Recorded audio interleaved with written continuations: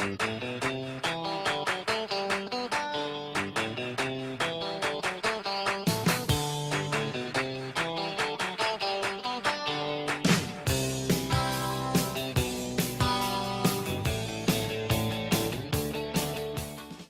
folks, welcome to another edition of the Futures League Rundown. Last night we had another pair of close games as day 2 of the semifinals came and went. I'm your host Ben Hayes. Last night the bats were hot and they stayed hot. In fact, none of the starting pitchers made it past the 5th inning. The Navigators and Bravehearts were in Worcester last night for Game 2 of the series. Worcester having won Game 1 on Monday by the score of 5-1. RYBARCZYK of Marist College got things started in the bottom of the second with a line drive up the middle to bring home his Ball Fox teammate Greg Kaczynski as part of a 4-run rally for the Bravehearts. Marist College had some great representation in this game. RYBARCZYK went 2 for 4 on the night with 2 RBIs and a run scored, while Kaczynski went 1 for 3 with a single but would come around to score twice, both very important in this one.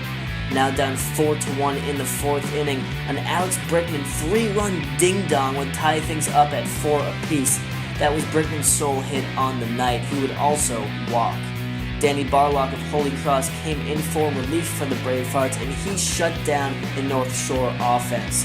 Barlock allowed just 1 hit and no runs in his 3.2 innings of work while striking out 6 batters. The score would remain 4-4 until the 8th inning when the same Red Fox duo came up. RYBARCZYK stepped into the batter's box and delivered a single into left field with Kaczynski on second base. He would shut around third and slide into home, avoiding the tag beautifully to take the lead for Worcester.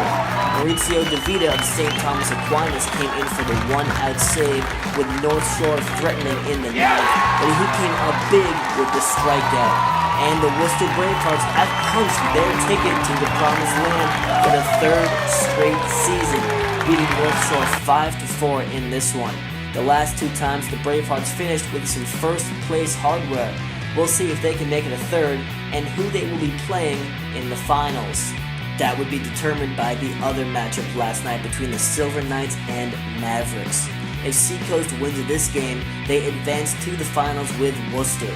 If Nashua pulls out the victory on the road, then one more game will be needed to decide the series. This game had enough drama for a whole series in itself. The 2 teams combined for 3 homers on the night. Jacob LEBEL of NYIT, who launched the most homers of the regular season this year with 13, knocked another one out of the park to tie things up at 2 in the bottom of the second. He was 1 for 3 on the night. Seacoast would put up 2 more runs before the MVP, Mickey GASPER of Bryant, matched LEBEL with a 2-run shot of his own to tie things back up. That was GASPER's 1 hit of the night, but he would walk 3 times in this one.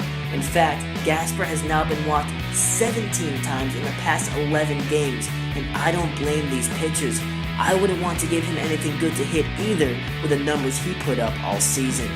Both teams would add another run to make it 5-5 after 8, and that's when things got interesting.